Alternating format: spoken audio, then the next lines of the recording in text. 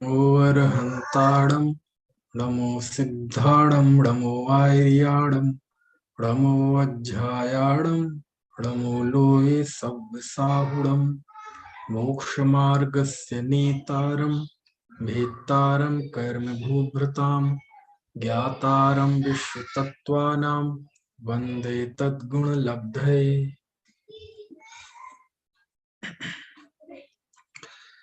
तत्वार्थ सूत्र 9वां अध्याय।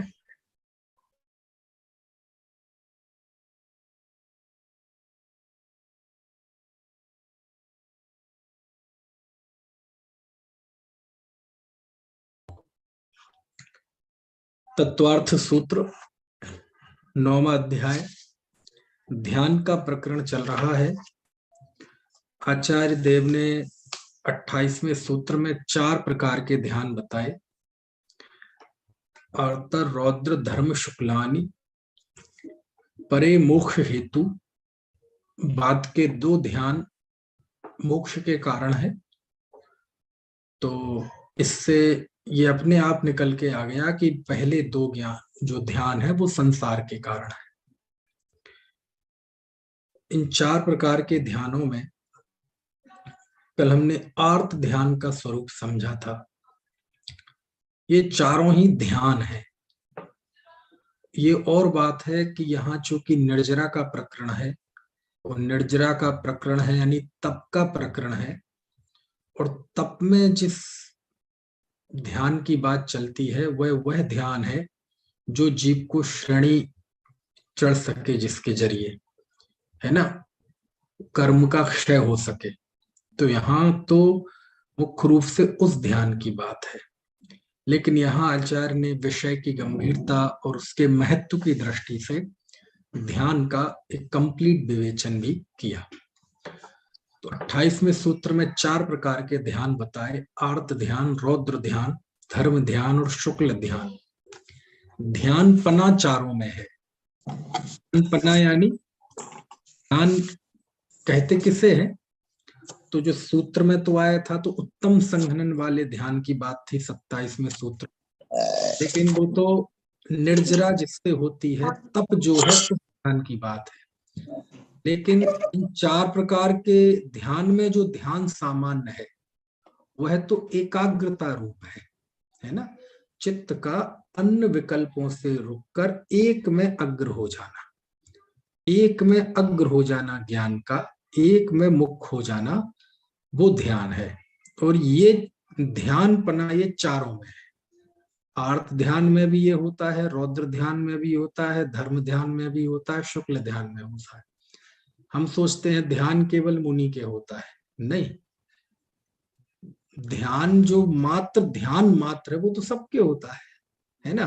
मिथ्या दृष्टि के भी होता है, अभव्य के भी हो सकता है कि चित्त का एक विषय में रुकना, है ना। क्योंकि ध्यान अप्रशस्त भी तो होता है ना। आर्त रौद्र ध्यान अप्रशस्त ध्यान है और शेष 2 ध्यान प्रशस्त ध्यान है। तो अप्रशस्त ध्यान तो सबके हो सकता है जो भी संसार में है जी, है ना, मिथ्या दृष्टि जीव। इसलिए ध्यान जब कहा जाए तो ध्यान तो मैं तो चारों ही चीजें आती हैं, क्योंकि ध्यान का जो लक्षण है एकाग्रता, वो एकाग्रता तो मिथ्या दृष्टि के भी हो सकती है ना। अब वो बात अलग है कि वो किस में है? ज्ञानी धर्मात्मा जीव आत्मा में एकाग्र होते हैं, किसी वस्तु का चिंतन करते हैं तो निर्मोही होकर करते हैं, तो वो भी ध्यान कहलाता है, एक में अग्र होता है। लेकिन मिथ्या दृष्टि जीव, संसारी जीव, है ना, सुख, सांसारिक सुख दुख, उसी में उनकी एकाग्रता होती है ना। तो ध्यान पना तो चारों में है, चाहे आर्त ध्यान हो, चाहे रौद्र ध्यान हो, चाहे धर्म ध्यान हो, चाहे शुक्ल ध्यान। चित्त का एक में अग्र होना, एकाग्रता, ये तो चारों में ही होती है। समझ में है ना। 7वें नरक जाने के लिए भी एकाग्रता चाहिए, है ना। बिना चित्त एकाग्र हुए नरक में नहीं जा सकता कोई। ट्रेंच में जाने के लिए भी एकाग्रता चाहिए, खूब पाप और फल भोगने के लिए भी एकाग्रता चाहिए, है ना। तो ध्यान पना चारों में है ना। अब आगे कल हमने आर्त ध्यान का स्वरूप जाना था और उसमें एक और उसके साथ विषय जाना था कि आर्त ध्यान के लक्षण क्या है। आचार्य वीर नंदी स्वामी जो थे, उनका एक ग्रंथ है आचार सार ग्रंथ, उसके जरिए हमने उसके माध्यम से जाना था कि आर्त ध्यान के लक्षण क्या है। और आमतौर पे ये विषय काफी नया है। नया है इसलिए मतलब मैं बता रहा हूं इसलिए नहीं, शास्त्र में तो पहले से लिखा हुआ है, लेकिन चर्चा में कम आता है। जो चीज तत्वार सूत्र में है अथवा श्रापकाचार में है अथवा छैढाला में है अथवा तत्वार सूत्र की टीकाओं में है, तो वो बातें तो सामान्यतः चर्चित हो जाती हैं। लेकिन अन्य ग्रंथ बहुत ऐसे हैं जो बहुत अधिक पठन पाठन का मतलब नहीं हो पाता, उनका कारण कुछ भी रहे हो, तो उनकी ओर कभी हमारा ध्यान नहीं जाता, जबकि उनमें बहुत ऐसी बातें होती हैं जो पढ़ने लायक होती हैं, समझने लायक होती हैं, चर्चा करने लायक होती हैं, विमर्श करने लायक होती हैं। तो उन्हीं में कल हमने वीर नंदी आचार्य का जो ग्रंथ है, कौन सा, आचार सार है ना, सिद्धांत चक्रवर्ती वीर नंदी आचार्य, सिद्धांत आचार्य, उनका हमने पढ़ा था। और देखो आज आपको मैं आज शेयर भी करता हूं। कल जो हमने पढ़ा था ना आर्त ध्यान के लक्षण, देखना है आपको मूल संस्कृत में आपको है कैसे होते हैं, जहां से मैंने पढ़ के आपको बताया था। यदि आपको जिज्ञासा है तो मैं दिखाऊं, नहीं तो रहने दो, है ना। देखना है नितिन जी, देखो ये है मूल संस्कृत में, मैं आपको दिखाता हूं। हो गया शेयर? देखो नहीं हुआ शेयर? अरे हो गया होगा।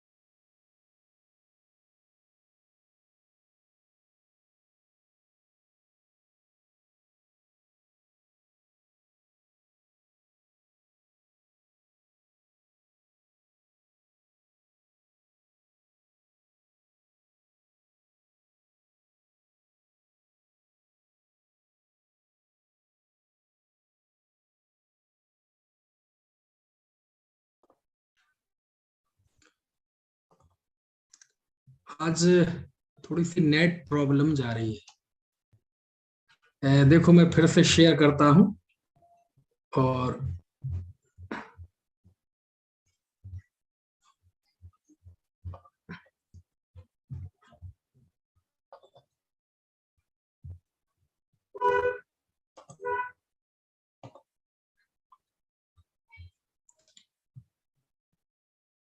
आपको हो रहा है शेयर?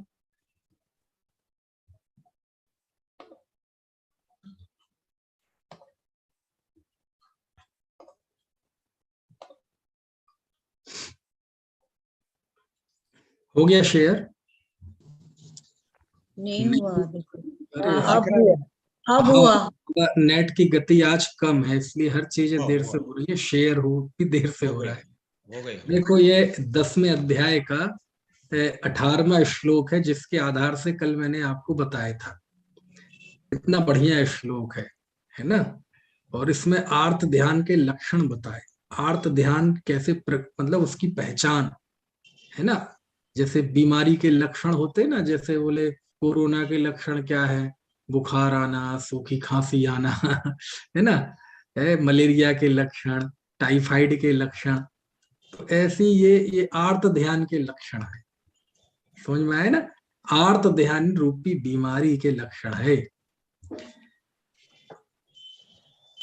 न्यश्रुद्गम शोक शोष जड़ता मूर्छांगकम उत्कता निश्वास स्वर भंग कार्ष्ण्यकृष्यता मौनाभिवीक्षामृति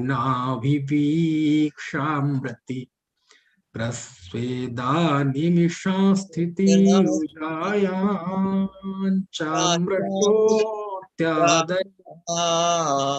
पश्चास्वस्य परस्य वार्त जनिताश्च पश्चास्वस्य परस्य वार्त जनितास्तज्ञापकाः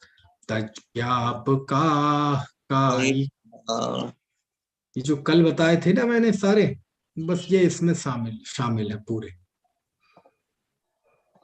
अब इसका हिंदी नहीं बताता हूं मैं, क्योंकि कल बता चुका हूं। देखो ये सब लिखा ना, हृदय में ग्लानि उत्पन्न होना, देखो ग्लान्यश्रुद्गम, अश्रु, ग्लानि अश्रु निकलना, उद्गम, शोक, शोष, ये एरो दिख रहा है ना मेरा, है ना, शरीर का सूखना, जड़ता मतलब चेष्टा नहीं होना, मूर्छा, अंग कंपोतकता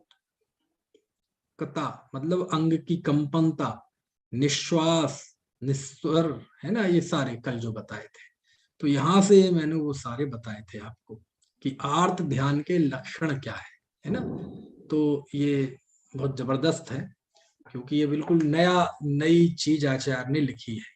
और इसका आधार जो है मैंने बताया था, आधार उन्होंने किस आधार पे लिखा वो पता नहीं, लेकिन मैंने बताया था ना कि भले ही वो वैरागी हैं आचार्य, लेकिन राग द्वेषी संसारी जीवों की क्या क्या प्रवृत्ति होती है वो बहुत गहराई से वो जानते हैं, और वो बड़ी बारीकी के साथ उन्होंने ये सारी चीजें लिखी हैं। साहित्य में जिसके अंदर जो भाव होता है ना, आश्रय कहलाता है वो। तो आश्रय की जो बाह्य चेष्टाएं होती हैं उसे अनुभाव कहते हैं, है ना। तो ये सब अनुभाव है ना। चल अब थोड़ा आगे सूत्र पढ़ते हैं। अब आगे आर्त ध्यान का स्वरूप और बताते हैं आचार्य, और आर्त ध्यान के लिए अब आगे 5 सूत्र आचार्य लिखते हैं। सूत्र नंबर 30, 31, 32, 33 और 34। इन 5 सूत्रों में 4 सूत्रों में तो आचार्य ने 4 प्रकार का आर्त ध्यान बताया है ना, कि आर्त क्या होता है, किस किस तरह से होता है। तो 4 प्रकार के आर्त ध्यान आपने सुने होंगे, अनिष्ट संयोगज आर्त ध्यान, इष्ट वियोगज आर्त ध्यान, है ना, वेदना और निदान, है ना, या वेदना या पीड़ा चिंतन भी बोलते हैं, ठीक है। तो ये 4 प्रकार का आर्त ध्यान, बस ये ही आगे के 4 सूत्रों में आया है, और इसके जरिए उन्होंने आर्त ध्यान का स्वरूप आचार्य वर ने समझाया है। तो देखो सबसे पहले हम 30वां सूत्र पढ़ते हैं। आर्तम मनोज्ञस्य संप्रयोगे तद्विप्रयोगाय स्मृति समन्वाहारा। आर्तम मनोज्ञस्य संप्रयोगे तद्विप्रयोगाय स्मृति समन्वाहारा। देखो क्या है ये सूत्र, तो अब इनको देखो थोड़ा सा। सबसे पहले तो शब्द है आर्तम। तो ये आर्तम तो अभी 5 सूत्रों के लिए बिल्कुल कोष्ठक के बाहर रख लो, क्योंकि ये सब आर्त ध्यान है ना। तो आर्त क्या है, तो आर्त के 4 प्रकार बताए, 4 उसके टाइप्स। तो आर्तम क्या लिखा, आर्तम अनोमग्गस्य, अमनोज्ञ, मनोज्ञ पदार्थ वो कहलाते हैं जो मन को अच्छे लगे, ठीक है ना। है जैसे गर्मी में एसी अच्छी लगती है, ठंड में हीटर अच्छा लगता है ना, अपने बेटा बेटी पुत्र पुत्री अच्छे लगते हैं, दोस्त यार अच्छे लगते हैं, है ना, अच्छा खान पान हो वो अच्छा लगता है। तो जो भी चीजें हमें अच्छी लगती हैं, है ना, इष्ट लगती हैं, तो वो वस्तुएं कहलाती हैं मनोज्ञ। और इससे विपरीत जो अमनोज्ञ हो, है ना, वो कहलाती है अमनोज्ञ, है ना। जैसे रास्ते से जा रहे हैं, कहीं गंदगी पड़ी है तो हमें देखने का मन नहीं करता, वहां से निकलने का मन नहीं करता, तो वो चीजें कहलाती है अमनोज्ञ। कंकर पत्थर है, कांटे हैं, है ना, ये अमनोज्ञ।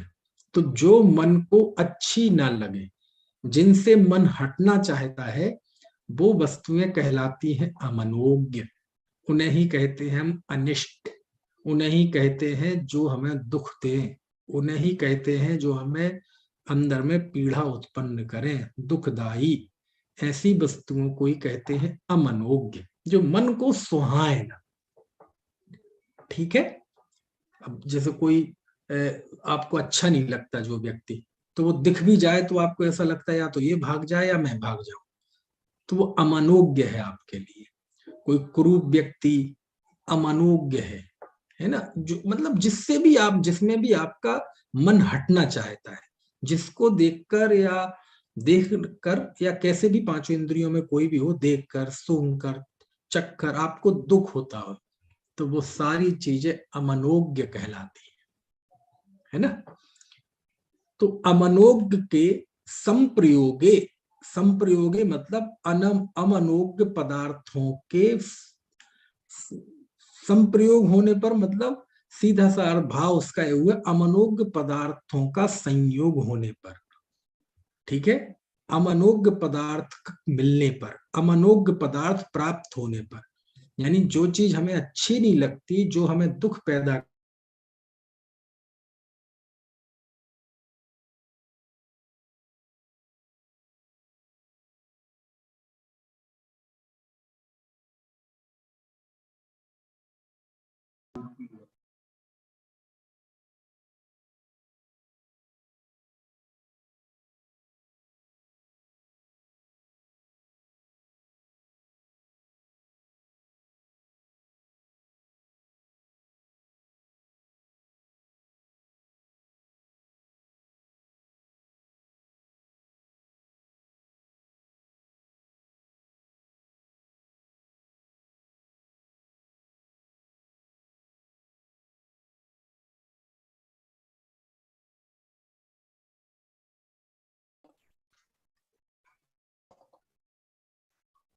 आज तो दिक्कत जा रही है काफी। पता नहीं कैसे नेट की प्रॉब्लम जा रही है। चलिए, तो अब यदि अब 2 बार चला गया नेट, अब तीसरी बार नेट जाए ना, तो आप अपने मन में ही अकेली जिनवाणी स्तुति कर लेना, है ना। हैट्रिक चांस है। ठीक है, तो अभी तीसरी बार का ये तो नहीं कह सकते इंतजार करते हैं, यदि तीसरी बार आया तो फिर बिना सूचना के ही फिर हमारी फिर क्लास होगी सोमवार को, है ना, क्योंकि 2 दिन तो ऑफलाइन होगी। चलिए, तो फिर से आते हैं, क्या बात चल रही थी। हाँ, इस सूत्र पे आ जाए हम। इस सूत्र में लिखा, अमनोज्ञ पदार्थ की प्राप्ति होने पर, है ना, अमनोज्ञस्य संप्रयोगे। अब जब अमनोज्ञ पदार्थ की प्राप्ति होगी, है ना, मच्छर काट रहा है, गर्मी लग रही है, तो ऐसी स्थिति में आप क्या करते हैं, तद विप्रयोगाय, है ना। अभी संप्रयोग हो रहा था, मतलब वो केवल वस्तु उपस्थित नहीं थी, आपके दुख में कारण भी बन रही थी। अब ऐसी स्थिति में क्या करते हैं आप, उस परिस्थिति को, उस दुख जिससे मिलता है, उस चीज को दूर करने का उपाय करते हैं। ठीक है ना। तो उसी को कहा अमनोज्ञस्य तद विप्रयोगाय, अनिष्ट वस्तु की प्राप्ति होने पर उसके दूर करने के लिए। समझ में है ना। सर्दी लग रही है, खूब पीड़ा हो रही है, तो अब उस सर्दी को दूर करने के लिए, गर्मी लग रही है तो उसकी पीड़ा को दूर करने के लिए, समझ में आया ना, मच्छर काट रहे हैं तो उससे दूर करने के लिए, भूख लग रही है तो भूख की पीड़ा को दूर करने के लिए, है ना, कोई हमें शत्रु हम पे गाली दे रहा है तो उस कष्ट को, उस व्यक्ति को हटाने के लिए, है ना, कोई हमें अपमानित कर रहा है, कोई हमारे खिलाफ बोल रहा है, लिख रहा है कुछ यहां वहां, तो उससे निपटने के लिए क्या होता है, स्मृति समन्वहारः, आप उसका स्मरण करते हैं और बार बार स्मरण करते हैं, लगातार स्मरण करते हैं, मुझे तो वो हटाना है, मैं उसे छोड़ूंगा नहीं, क्यों कर रहा है वो ऐसा, मैं मानूंगा नहीं, नहीं इसको तो मैं करूंगा, इसको तो मैं करूंगा, बहुत गर्मी है जी, अब तो साहब एसी लाऊंगा ही, कैसे भी हो कुछ भी करे, एसी लाऊंगा। है ना, ठंड है, साहब हीटर लगा नहीं है, कुछ भी, अब तो मच्छरों को भगाऊंगा, यानी वो स्मृति समन में आ रहा है, यानी उसके उपयोग में दूर करने के लिए अब आपके जो अंदर में चित्त है वो लगातार टिक रहा है, तो इसको कहते हैं आर्त ध्यान।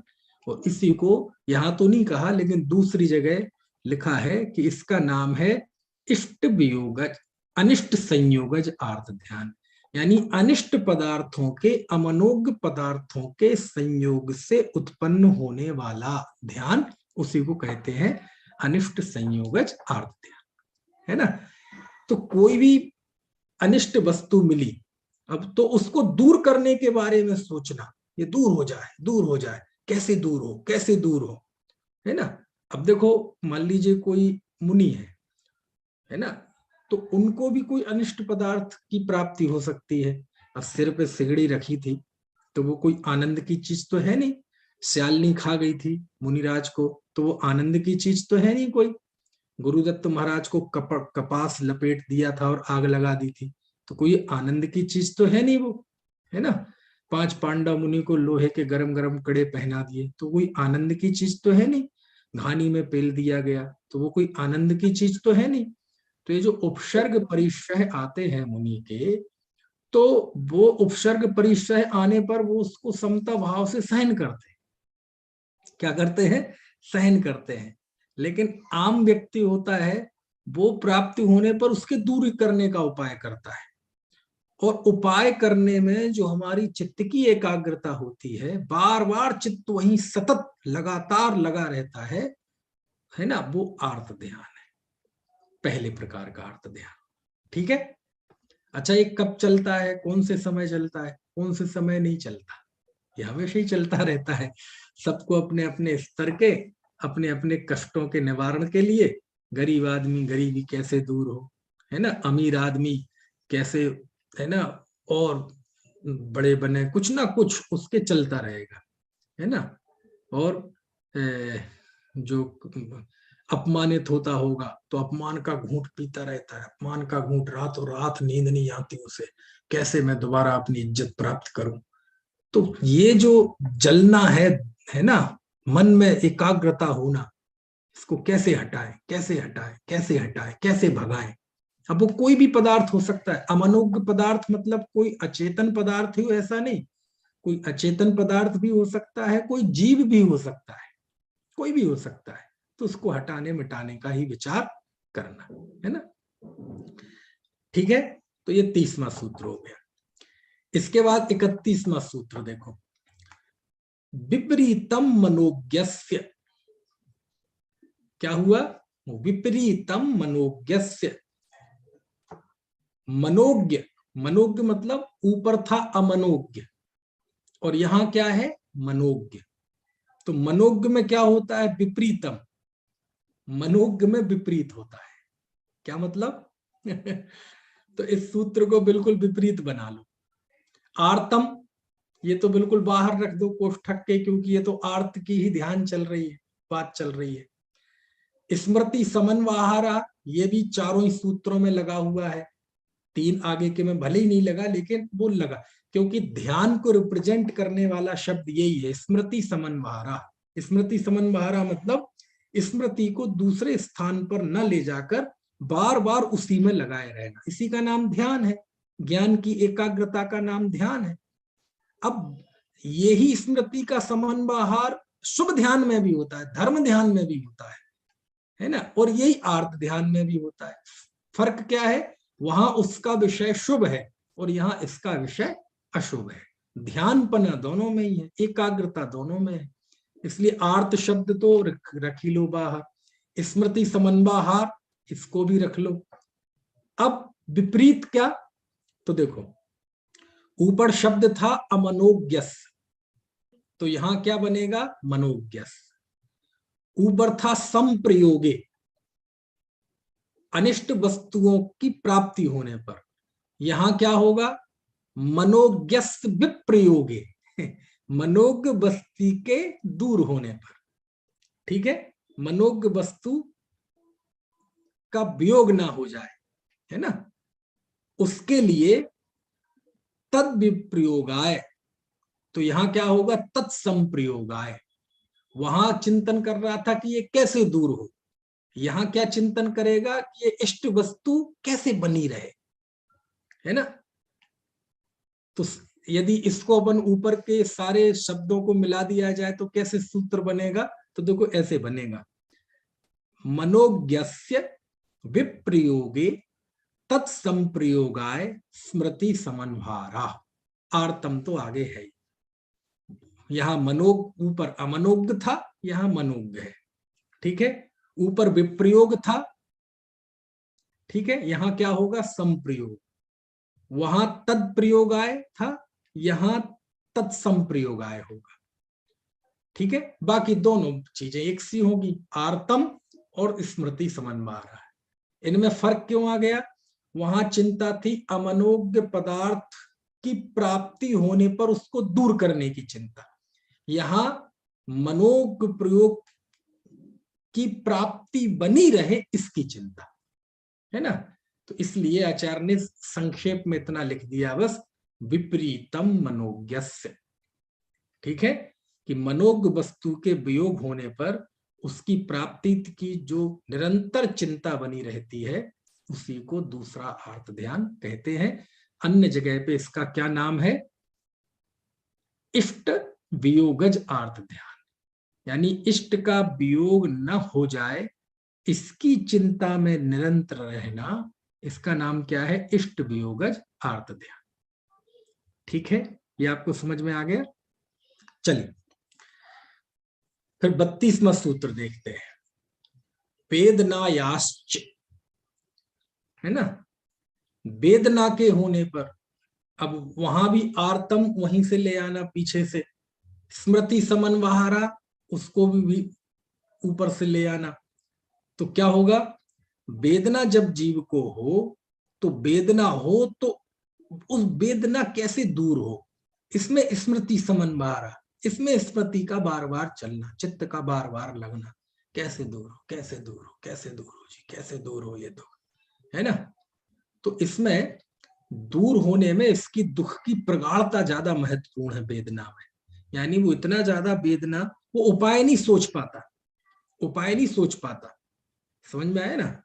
लेकिन इसमें उसे बस यही रहता, अरे कैसे, वो दुख इतना बर्दाश्त करता है कि उपाय तो नहीं सोच पाता, लेकिन उपाय नहीं सोच पाते हुए भी उसके दूर करने का भाव ही वो मन में सालता रहता है, पीड़ा को भोगता है और पीड़ा कैसे दूर हो, बस यही तड़फता रहता है अंदर अंदर में। तो इसको कहते हैं पीड़ा चिंतन नाम का आर्त ध्यान दूसरी जगह, यहां ऐसा नाम नहीं दिया गया लेकिन वो बात एक ही है, ठीक है। तो ये 32वां सूत्र हुआ, वेदनायाश्च। अब चौथा, निदानम च, 33वां सूत्र, क्या अर्थ हुआ, निदानम च, इसके अलावा निदान भी। अब निदान मतलब आप जानते हैं कि भविष्य में, वर्तमान में वो इतना दुखी हो रहा है, इतना दुखी हो रहा है, कहते भैया हमें तो भविष्य में सुख चाहिए, हमें तो भाई में भविष्य में राजा बनना है, मैं तो भविष्य में देव बनूंगा जी, जहां कोई कष्ट नहीं होगा। ऐसा भविष्य में भोगों की प्राप्ति की इच्छा करना, तो उसमें तन्मयता, उसमें चित्त का सतत लगा रहना, इसका नाम क्या है, निदान। ये निदानार्थ ध्यान है। अब यही होता है, अब ऐसे कोई क्रम से तो ये ध्यान करता नहीं, ये तो बस ऐसे होते ही रहते, कभी इसका कभी इसका, कभी ये दूर ना हो जाए, कभी वो मिल ना जाए, अरे यार बहुत कष्ट है, भविष्य में तो यार मुझे सुख चाहिए। अब ये ही चीजें ऐसे ही इन्हीं चारों में व्यक्ति घूमता रहता है, यानी जीव की जितनी दुखमय प्रवृत्ति है, जितना भी जीव का आर्त ध्यान है, आर्त परिणाम और उसमें तल्लीन होना है, उन सबको आचार्य ने 4 भागों में कैटेगराइज कर दिया, 4 भागों में बांट दिया। यानी हमारे दुख का चिंतन, हमारे दुख में एकाग्रता इन 4 से बाहर नहीं है। या तो हम सुखदायी वस्तुओं के दूर ना हो जाए इसकी कोशिश करेंगे, दुखदायी वस्तुएं प्राप्त ना हो जाए इसकी चिंता करेंगे, जो दुख है उसको खूब भोगेंगे और ये कब जाए कब जाए कब छूटे इसकी चिंता करेंगे, या भैया बहुत कष्ट कर लिए, तो भविष्य में सुख चाहिए, या इसके बारे में सोचेंगे। समझ में है ना? तो कहीं ना कहीं इन्हीं चारों में ये आर्त ध्यान पूरा शामिल हो जाता है। चलो, ये आर्त ध्यान, इससे त्रेंच गति होती है। आर्त ध्यान कौन सी गति, कौन से होती? त्रेंच गति होती है आर्त ध्यान से। आर्त ध्यान से त्रेंच गति होती है, रौद्र ध्यान से नरक गति होती है ना? ऐसे, ठीक है। अब यहां अगले सूत्र में ये बताया है कि ये आर्त ध्यान किन के होता है। तो देखो अगला सूत्र, तद्विरत देश व्रत प्रमत्त संयता नाम, तद्विरत देश व्रत प्रमत्त संयता नाम। तद मतलब वह आर्त ध्यान, अविरत, तत् में आ जुड़ा हुआ है तो वो दा बन गया, वो विरत नहीं है, अविरत। तो अब जरा हमें ध्यान करो, आप 8वें अध्याय की शुरुआत में हमने 14 गुण स्थान समझाए थे ना आचार्य की टीकाओं के जरिए। तो अविरत गुण स्थान कौन कौन से हैं? पहला, दूसरा, तीसरा, चौथा। तो ये सब कहलाते हैं अविरत, है ना? यानी पहले 4 गुण स्थान को क्या कहते हैं? अविरत। तो यह आर्त ध्यान अविरत, देशव्रत यानी 5वें गुण स्थान वर्ती जी, और प्रमत्त संयता नाम, और प्रमत्त संयत यानी 6वें गुण स्थान वर्ती जीवों के होता है। यानी सीधे से शब्दों में कहें तो यह आर्त ध्यान पहले गुण स्थान से 6वें गुण स्थान तक होता है। उसी को आचार्य ने, है ना, यहाँ क्या कहा? अवृत्तियों के, देशवृत्तियों के और प्रमत्त संयतों के ये आर्त ध्यान होता है। ठीक है, ऐसे। अब आप कहेंगे कि भाई मिथ्या दृष्टि अज्ञानी जीव के तो ये बात मानते हैं कि चलो उसके तो आर्त ध्यान होता है, तो क्या सम्यक दृष्टि के भी हो सकता है? हाँ, हो सकता है, संभाव्यता हो सकता है, लगातार होता है, होगा ही होगा, और ऐसा नहीं है, होता है ना? ऐसे, ठीक है। 6वें गुण स्थान तक इस आर्त ध्यान की संभावना रहती है, 6वें गुण स्थान तक यह आर्त ध्यान होता है ना? अवृत्ति के, कोई अवृत्ति है तो उसके तो देखा ही जाता है, देशवृत्ति के भी, देशवृत्ति भी है ना, अभी महावृत्ति नहीं है तो उसके भी देखा जाता है। लेकिन कोई मुनि के कहे कि आर्त ध्यान होता है तो वो थोड़ी बात बर्दाश्त शायद ना हो, लेकिन उनके भी कदाचित होता है। अब आप कहेंगे कदाचित क्यों? देखो, इसके पीछे थोड़ी सी बात समझना सैद्धांतिक। क्या आर्त ध्यान कौन सी गति का कारण है? त्रेंच गति का कारण। अच्छा, सम्यक दृष्टि ज्ञानी धर्मात्मा त्रेंच गति में जाते हैं क्या? सम्यक के बाद यदि आयु बांध है तो वो तो त्रेंच गति में जाते ही नहीं। मेरी बात समझ में आ रही कि नहीं? यानी मिथ्या दृष्टि के जैसा आर्त ध्यान होता है जिसके फल में वह त्रेंच गति आयु बांधता है, वैसा आर्त ध्यान तो सम्यक दृष्टि के हो ही नहीं सकता। क्यों? क्योंकि सम्यक दृष्टि त्रेंच आयु बांधता ही नहीं है। ये सिंपल सा गणित आपको समझ में आया? यानी चौथे, 5वें, 6वें गुण स्थान बढ़ते जीव के आर्त ध्यान हो भी जाएगा तो वो ऐसा आर्त ध्यान नहीं होता है कि त्रेंच आयु बध जाए। समझ में आया ना? होता है। अभी कल कोई बता रहा था ना, अब वो रामचंद्र जी के हो ही रहा था आर्त ध्यान, है ना? प्रथमान युग में आप जाएंगे तो प्रथमान युग में इतने 63 शलाका पुरुषों के बताए हैं जीवन चरित्र, वो सब आर्त रौद्र ध्यान उसमें बहुत आया है ना? तो भूमि का अनुसार अब आर्त परिणाम भी असंख्यात लोग प्रमाण के होते हैं। पंडित जी सर, हाँ बताइए। पहले अगर आयु बन जाए और बाद में सम्यक दर्शन हो तो फिर? तो अब आयु तो बदल नहीं सकती, है ना? लेकिन उनके वो आर्त ध्यान होंगे, है ना? वो आर्त ध्यान फिर तो होंगे, है ना? लेकिन तो फिर गति कौन सी जाएगी? नहीं, आयु तो वो ही रह गई, आयु तो बदलती नहीं है। मान लीजिए किसी ने पहली आयु बांध ली, त्रेंच आयु बांध ली, तो अब तो सम्यक दर्शन भी हो जाएगा, तब तो त्रेंच ही रहेगा ना? तो उस जीव के तो आर्त ध्यान का निषेध तो है नहीं, है ना? लेकिन सम्यक के साथ आर्त ध्यान ऐसा नहीं होगा जो आयु बांधते, है ना? ठीक है। तो आर्त ध्यान भी असंख्यात लोक प्रमाण परिणाम होते हैं इसके, है ना। मिथ्या दृष्टि के आर्त ध्यान में, देशव्रति के आर्त ध्यान में, अविरति के आर्त चौथे गुण स्थान वाले के आर्त ध्यान में और मुनि के आर्त ध्यान में बहुत फर्क है ना। मुनि का अर्थ ध्यान ऐसा नहीं है कि कोई त्रेंचायु बांध सके अथवा कोई बहुत तीव्र स्थिति अनुवाद वाला आप उनके बन सके, ऐसा कदाचित हो जाता है। आर्त ध्यान वाला नरक जा नहीं सकता सर? है, नरक नहीं जाता आर्त ध्यान वाला? चला जाता है चला जाता ना, चला जाता है। लेकिन आर्त ध्यान त्रेंच गति का कारण है, लेकिन आर्त जिसके होगा उसे रौद्र भी तो होता है, तो रौद्र भी आएगा, उसका स्वरूप अभी हमने जाना नहीं। तो रौद्र ध्यान की मुख्यता होती है तो वो नरक जाता है ना। तो मुनि के भी प्रमत्त अवस्था में छठवें गुण स्थान में कदाचित आर्त ध्यान हो सकता है ना। अब शरीर में पीड़ा चल रही है ना, कष्ट हो रहा है, कोई बहुत बड़ी पीड़ा हो जाए, है ना, संग में ही कोई ऐसा कुछ हो जाए ऐसा, तो वो होता है। लेकिन वो ऐसा लंबा नहीं। देखो ध्यान में प्रगाढ़ता कितनी है ना। एक मिथ्या दृष्टि तो ऐसा आर्थ हो, ऐसा दुखी हो कि आत्महत्या करने पे उतारू हो जाए, मरने मारने पे उतारू हो जाए, है ना। आप देखो ना वो कितना आर्त है, कौन, वो रूस का राष्ट्रपति, कि वो परमाणु बम चलाने के लिए तैयार है, समझ में है ना। तो एक आर्त ऐसा भी हो सकता है और एक आर्त ऐसा भी हो सकता है कि जरा सा कष्ट हुआ, अरे बहुत, कोई बात नहीं, ठीक है, हो जाएगा, ठीक हो जाएगा, कोई ज्यादा चिंता की जरूरत नहीं है, समझ में है ना। तो ये सब डिग्रियां होती है। तो सब गुण स्थानों में सभी जीवों की अलग अलग डिग्री का अर्थ होता है, लेकिन है वो अर्थ श्रेणी का, है ना। तो ये 34वां सूत्र हुआ। चलिए अब उसके बाद आचार्य ने 35वें सूत्र में रौद्र ध्यान के भेद बताए। तो देखो जरा पढ़ते हैं 35वां सूत्र। हिंसान्द्रतस्तेय विषय संरक्षणेभ्यो रौद्रम अविरत देश व्रतियो। हिंसान्द्रतस्तेय विषय संरक्षणेभ्यो रौद्रम अविरत देश व्रतयो।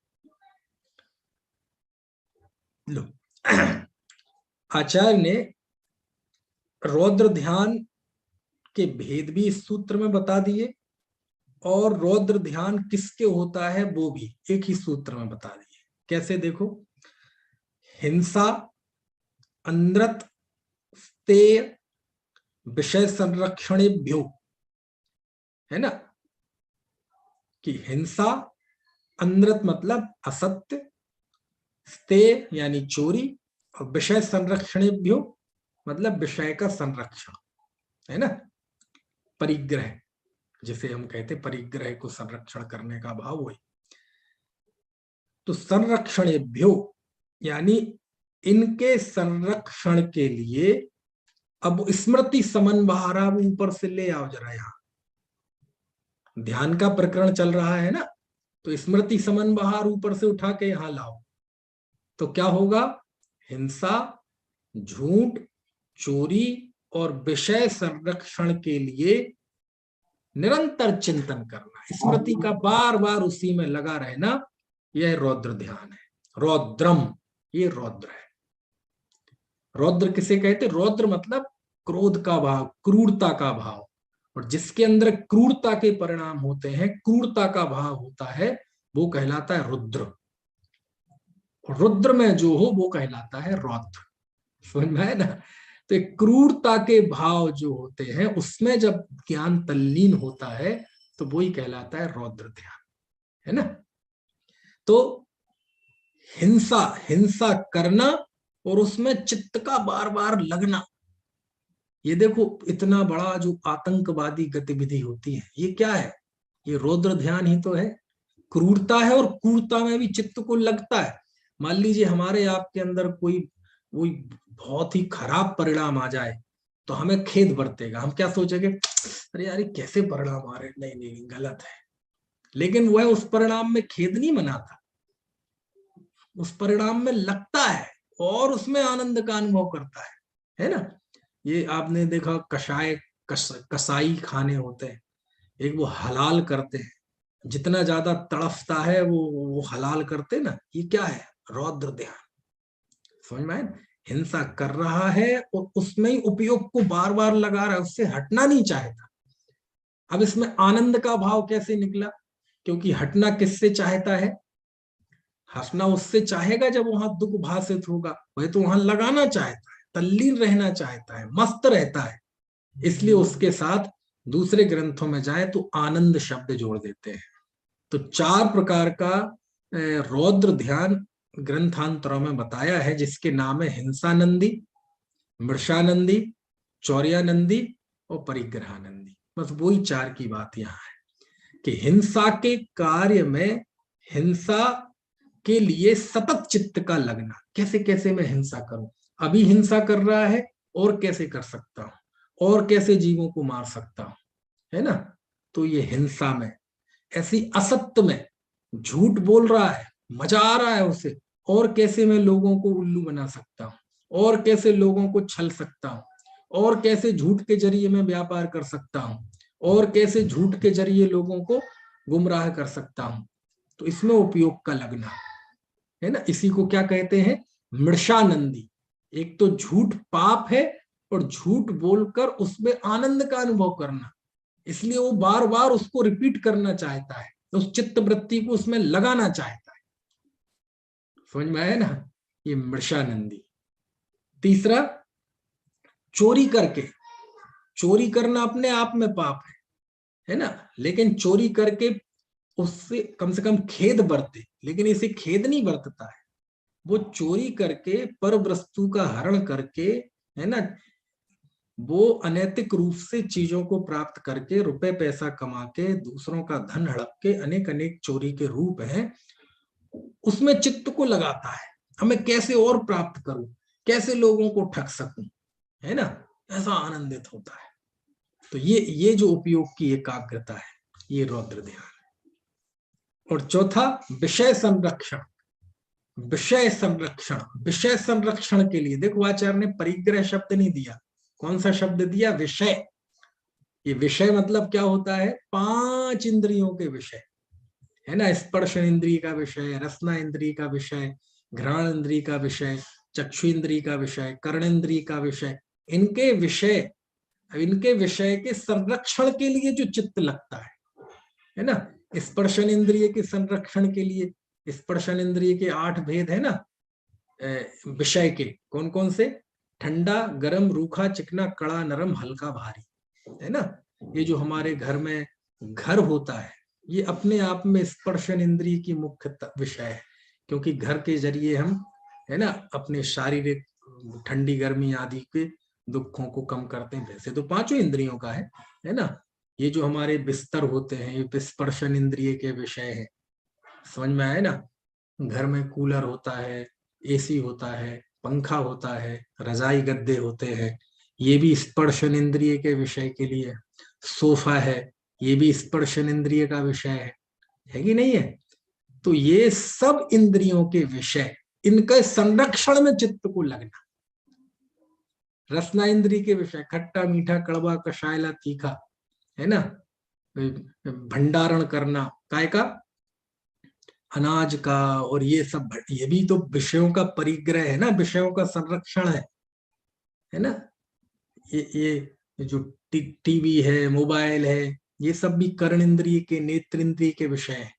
तो हम जिन चीजों से 24 घंटे घिरे हुए हैं, जिन चीजों से 24 घंटे घिरे हुए हैं, इनके संरक्षण में उपयोग लगना। समझ में है ना, इसके संरक्षण में, इसी में, है ना, कैसे बना रहे बस इसका। तो इसके लिए जो स्मृति बार बार आती है, बार बार आती है ना। जैसे वो अनेक लोग कहते, जो ज्यादा संरक्षण का भाव रखते हैं ना, तो कहते हैं ये सांप बन जाते हैं। क्यों सांप बन जाते हैं? वो खजाने में रहता है ना कि खजाना जहां भी मिलेगा सांप मिलेगा, खजाने के ऊपर बैठा रहता है, बोले ले सांप बन जाए, खूब संरक्षण, खूब कोई चिंता करता रहे, है ना। तो क्या बढ़िया शब्द लिया, विषयों के संरक्षण। किसके विषय? इंद्रियों के विषय, है ना। जिन वस्तुओं का संबंध इंद्रिय विषयों से नहीं है, उसका कोई संरक्षण क्यों करेगा? धूल मिट्टी का कौन करता है संरक्षण? समझ में है ना? काय का संरक्षण करता है? जिससे हमारे इंद्रिय सुख का संबंध हम मानते, उसका संरक्षण करता है ना? तो जितना भी विषयों का संरक्षण होता है उसमें चित्त बार बार रमता है, ये रौद्र ध्यान है, ये क्रूरता का ध्यान है। तो हिंसानंदी, मृषानंदी, चौर्यानंदी और दूसरी जगह जाए तो परिग्रहानंदी, यहां उसके लिए कौन सा शब्द दिया है? विषय संरक्षण। इसमें स्मृति का बार बार लगना। समझ में आया ना? ऐसा ये रौद्र ध्यान है। समझ में आया? देखो, अग्नि जलाना भोजन के लिए, ये तो चलो आरंभ ही हिंसा है, लेकिन अग्नि जलाना है ना, और जीवों की हिंसा हो रही है, उस पर ध्यान नहीं देना और खूब खिलखिला रहे हैं, ये रौद्र ध्यान है ना? अब उन बच्चों को अनेक तरह से झूठ बोल के उन्हें चढ़ाते हैं, ये करते हैं, ये रौद्र ध्यान में आता है। समझ में आया ना? हम ये कर लें, अभी बाजार नीचे है, सोना खरीद के रख लें, शेयर खरीद के रख लें, चांदी खरीद के रख लें, अनाज खरीद के रख लें, जो समय आएगा तो हम उसे बेच देंगे। ये रौद्र ध्यान है, ये रौद्र ध्यान में आता है। समझ में आए ना? हम ऐसा करेंगे, ये क्या करें, इस चीज को पाना है, ये शादी का रिश्ता तय करना है, लेकिन ये कमी है, तो झूठ झाट बोल के कैसे ना कैसे अपना काम निकालेंगे, ये रौद्र ध्यान है। समझ में आए ना? ये सब रौद्र ध्यान के अंतर्गत आता है। देखो, कल मैंने आपको आर्त ध्यान के चिन्ह बताए थे, आज मैं आपको रौद्र ध्यान के चिन्ह बताता हूँ। देखना है? आपकी इच्छा हो तो दिखाऊं, और वो आचार सार के जरिए बताता हूँ। देखो, आपको शेयर करता हूँ आज, आपको खुद भी देखना। आप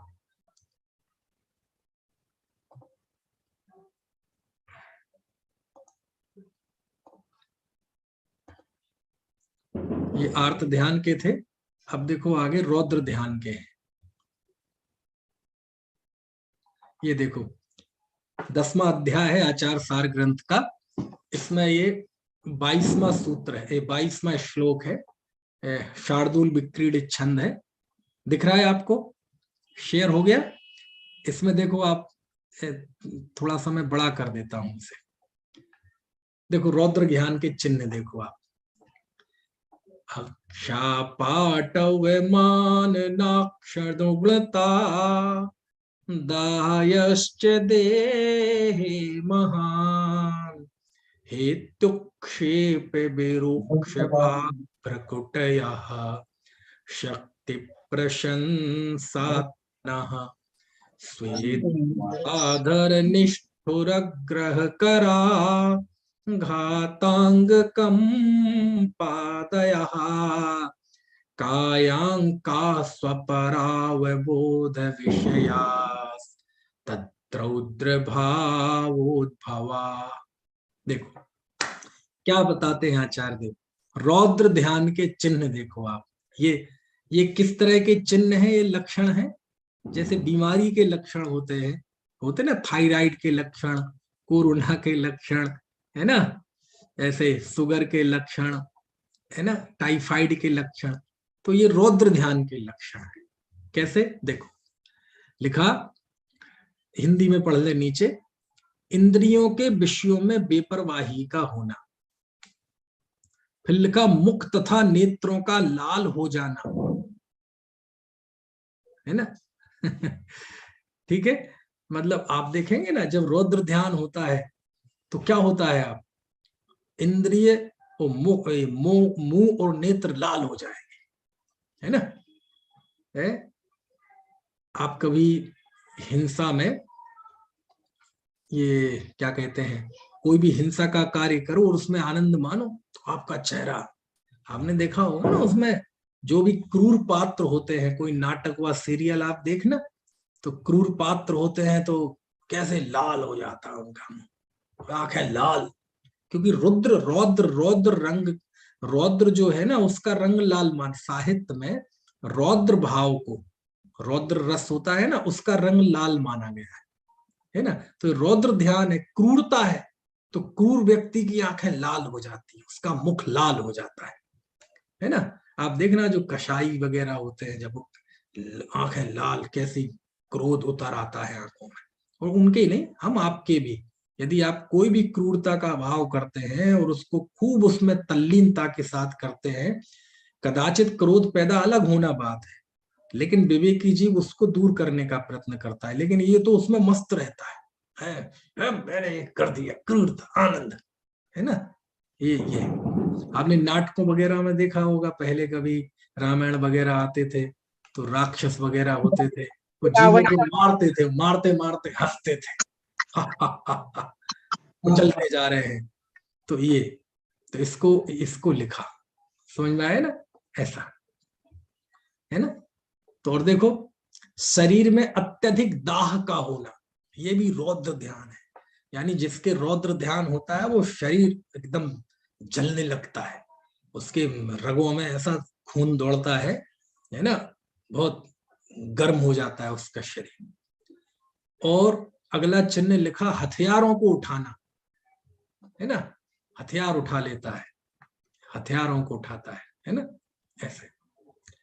और लिखा, निष्ठुर वचन बोलना, कठोर वचन बोलना, ये रौद्र ध्यान वाला जीव कठोर वचन बोलता है, क्योंकि आनंदित है ना, हिंसा, झूठ, चोरी और परिग्रह जोड़ के आनंदित है, तो कठोर वचन बोलता है ना, मैं ये कर दूंगा, मैं वो कर दूंगा, मैं तेरा, है ना।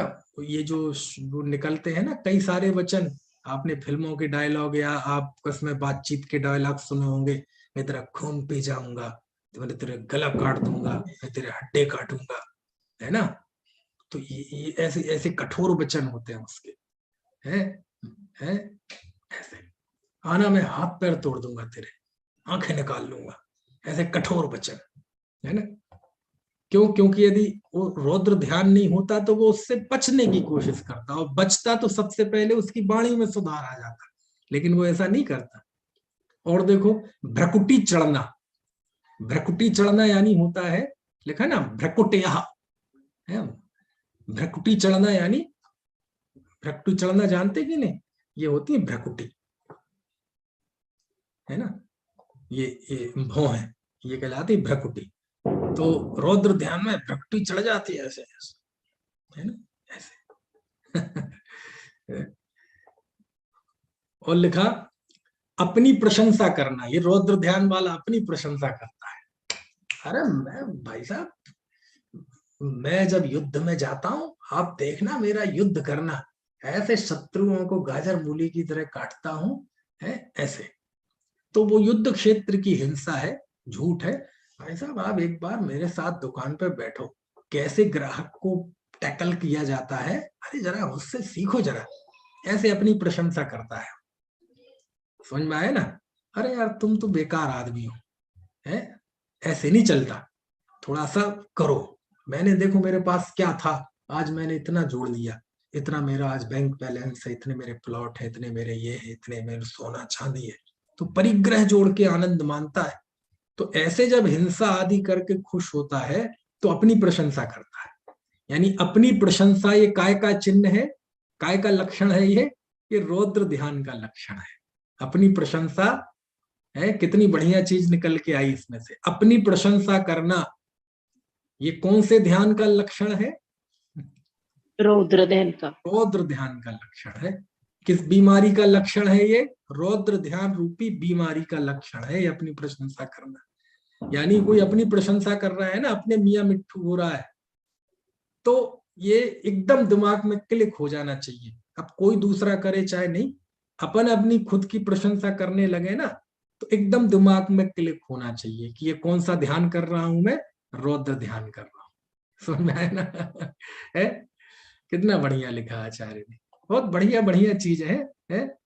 शक्ति प्रशंसात्मना, प्रशंसात्मना, आत्मा की प्रशंसा करना, है ना, बहुत अच्छा। फिर लिखा, स्वेद, स्वेद मतलब पसीना आना है, घबराहट में भी पसीना आता है, और जब अंदर के जीव के अंदर क्रूरता का परिणाम आता है, हिंसा में क्रूरता, झूठ बोलने में क्रूरता का आनंद, तो उसमें भी वो पसीना पसीना हो जाता है, उसमें भी पसीना आता है। पसीना केवल घबराहट में नहीं आता, अति उत्साह में, क्रूरता में, उसमें भी पसीना आता है ना? शांत चित्त लोगों को बहुत कम पसीना आता है ना? और आप देखेंगे एक सी आप 4-5 लोग एक साथ हो और एक साथ, उदाहरण के लिए क्या ले लो, एक बस में चढ़े आप, एक ही बस में चढ़े, सबके लिए एक सी गर्मी है, सबके लिए एक सी गर्मी है। ऐसा नहीं 5 अलग अलग बसें नहीं है कि एक एसी हो, एक, ऐसा नहीं है, एक ही बस है और एसी नहीं है, और एक ही बस में हम 4-5 दोस्त चढ़े, सबके लिए बराबर गर्मी है। लेकिन आप देखना 5 को अलग अलग तरह से गर्मी लगेगी, और उसमें कारण केवल शरीर नहीं होता, उसमें कारण कुछ मनोदशा भी होती है ना? एक जो फिजिकली जो तापमान है उसकी वजह से जो गर्मी लगेगी वो तो सबको ही लगेगी, लेकिन मानसिकता का भी फर्क होता है, मन का भी फर्क होता है, उसमें भी गर्मी सर्दी। जो शांत चित्त व्यक्ति होता है ना, आप देखेंगे वो गर्मी में वो बस में भी बैठा रहेगा, गर्मी उसे लगेगी, लेकिन दिमाग में शांति है ना, तो जो शरीर और तापमान है वो तो अपना काम करेगा, लेकिन दिमाग खराब होने से जो अतिरिक्त गर्मी लगती है वो उसे नहीं लगेगी। और दूसरा होगा, उसका दिमाग भी खराब है, गर्मी तो है ही, साथ में दिमाग भी खराब है, तो उसकी हालत देखना आप, अरे यार बहुत गर्मी है, ये समझ में ना? तो ये दिमाग की शांति का असर पड़ता है काहे पे, गर्मी आदि पे, उसे बहुत पसीना आएगा, वो पसीना उसको गर्मी का नहीं आ रहा, दिमाग की गर्मी का आ रहा है ना? तो ये फर्क होता है। तो पसीना हर अनेक अनेक मनोविकृतियों में आता है, तो रौद्र ध्यान में भी पसीना आता है ना? है? और देखो क्या लिखा, स्व अधर निष्ठुर, अपने होठ को डसना, अपने ओठों को कठोरता से डसना, है ना? रौद्र ध्यान वाला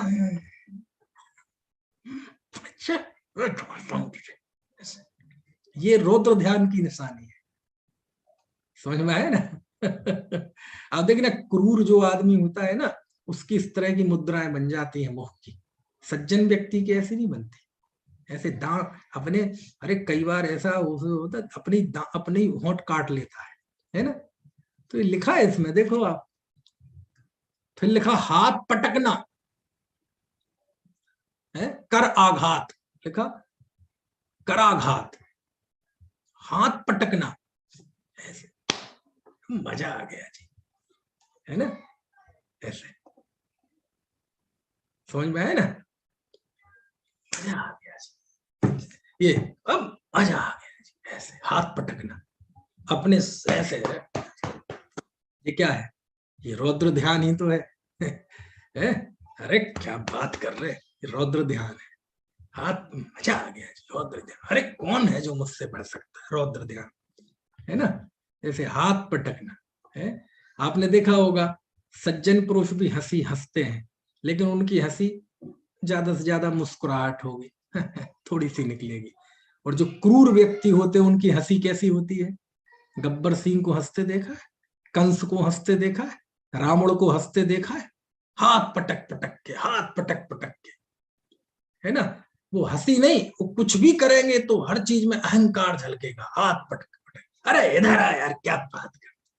एक आदमी दूसरे से मिलेगा तो बड़ी सज्जनता से मिलेगा, कैसे होगा? दूसरा होगा, आएगा पहले उसके और कहाँ गया था, ऐसे पता चले 4 छो उसको पीठ में मार दिए, है ना? है ना? ये सब चीजें तो ये हम योगा करते पसीना, तो इसमें भी पसीना, अभी मैं एक बार ये कर दूं पूरा, फिर आप प्रश्न पूछना। हाथ पटकना और कंपना, कंपादया, शरीर में कंपन होना। देखो आर्त ध्यान के भी कंपन होता था और रौद्र ध्यानी के भी कंपन होता है। अब वही बात है ना, अब बुखार आना कोरोना के भी लक्षण है, मलेरिया का भी है, टाइफाइड का भी है, किडनी इंफेक्शन का भी है, तो कई लक्षण कई बीमारियों के भी होते हैं। तो पसीना आना, कंपना, ये आर्त ध्यान का भी लक्षण है और रौद्र ध्यान का भी लक्षण है ना? ऐसे और लिखा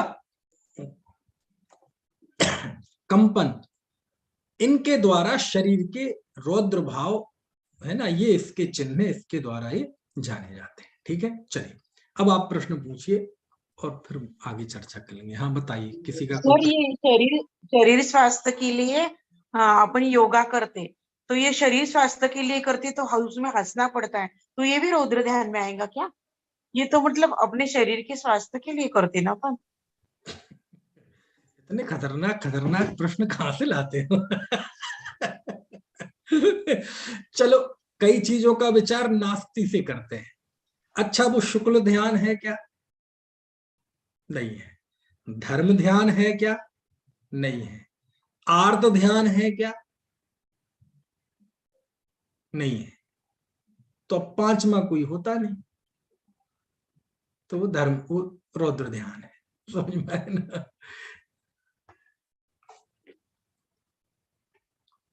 नास्ति से विचार करो ना।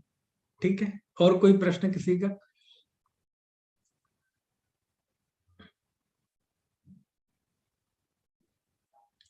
अरे, ये जो हम बहुत सारे पुण्य कार्यों में धर्म के नाम पर जो बहुत सारी हिंसा करते हैं ना, और उसमें जो आनंद मानते हैं, वो भी रौद्र ध्यान है। बहुत पुण्य हो और थोड़ा साबद्ध हो तो उसकी तो बात है शास्त्रों में, लेकिन अल्प पुण्य हो और वो भी ना हो और केवल साबद्ध ही साबद्ध हो, वो रौद्र ध्यान है। समझ में आए ना? पुण्य तो हो नहीं हो, पता नहीं हो रहा कि नहीं होगा, परिणामों पर निर्भर करता है, और थोड़ा हो भी जाए और पाप इतना हो तो वो रौद्र ध्यान है। समझ में आए ना?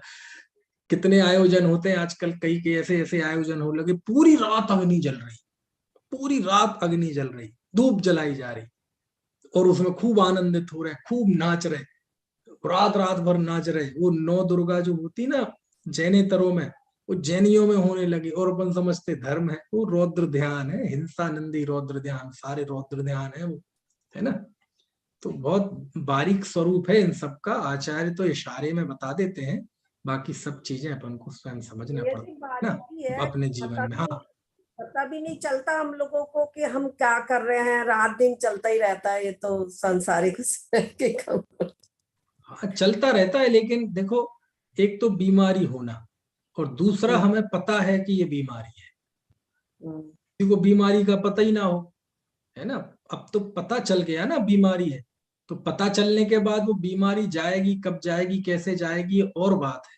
लेकिन पता तो चल गया ना कि ये बीमारी है ना? नहीं, अब तो भैया जी बीमारी बहुत से आपके समझाने से अब तो बहुत चीजें पता लग गई जो पता भी नहीं था कि रौद्र नहीं ध्यान नहीं, किस मैं तरह। क्या समझा रहा हूँ, सब लिखा है, अपना ध्यान नहीं जाता। अब ये जो लक्षण बताए, इस पर तो हमारे ही कभी ध्यान नहीं गया, अभी कल ही गया कि देखो आचार्य वर ने कितना बढ़िया ये इसके लक्षण बताए हैं, और ये लक्षण भी किस सेंस में? बीमारी के लक्षण के सेंस में। समझ में आया ना कि इस तरह ये बीमारी बाहर में दिखाई देती है ना? वो सर एक्सप्लेन करते हैं ना आप जो। हाँ वो ठीक है, चलिए हेलो। फिर जिन वाणी हाँ स्तुति सर। कर। हाँ जी बताइए। हाँ जी, आप जो एक्सप्लेन करते हैं ना वो सब इतना बढ़िया है ना कि दिमाग में मतलब माइंड सेट हो जाता है। चलो ठीक है, खुशी की बात है, ऐसा है तो चलो जिन वाणी स्तुति करते हैं ना। जावाणी के ज्ञान